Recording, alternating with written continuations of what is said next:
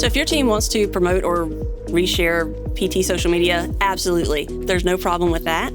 If you tag PT as well, if we see it and it's a message that we can support, we'll certainly share or like it as well. So for our standard promotion package, there's no cost to collaborate with our team. If you're planning to use the collateral for a specific event, just let us know what the event is, if there are specific hashtags involved. With that event promotion, we're happy to include those if we can. So our standard operating procedure is to launch things as soon as you give us the green light. But if we finish the work but you want to hold a launch to coordinate everything on a certain date, we can do that. We'll hold it back. We'll schedule it for a specific day, as well as the press release. We can hold that as well. If there's a specific time you want us to post on a specific day to coordinate with a speaker or a session, we can work that into our calendar with no problem. Some clients have put it up in the background while they're speaking about a broader topic as support for why you should believe what they're talking about. Some clients have printed our reports or infographics out as takeaways at a trade show. They've had our videos showing in kiosks. If you want to do a more involved investment, we can talk about what that means, what the scope of the work is. Will there be additional cost for doing so? We're happy to do that. We can provide assets to your team. We can collaborate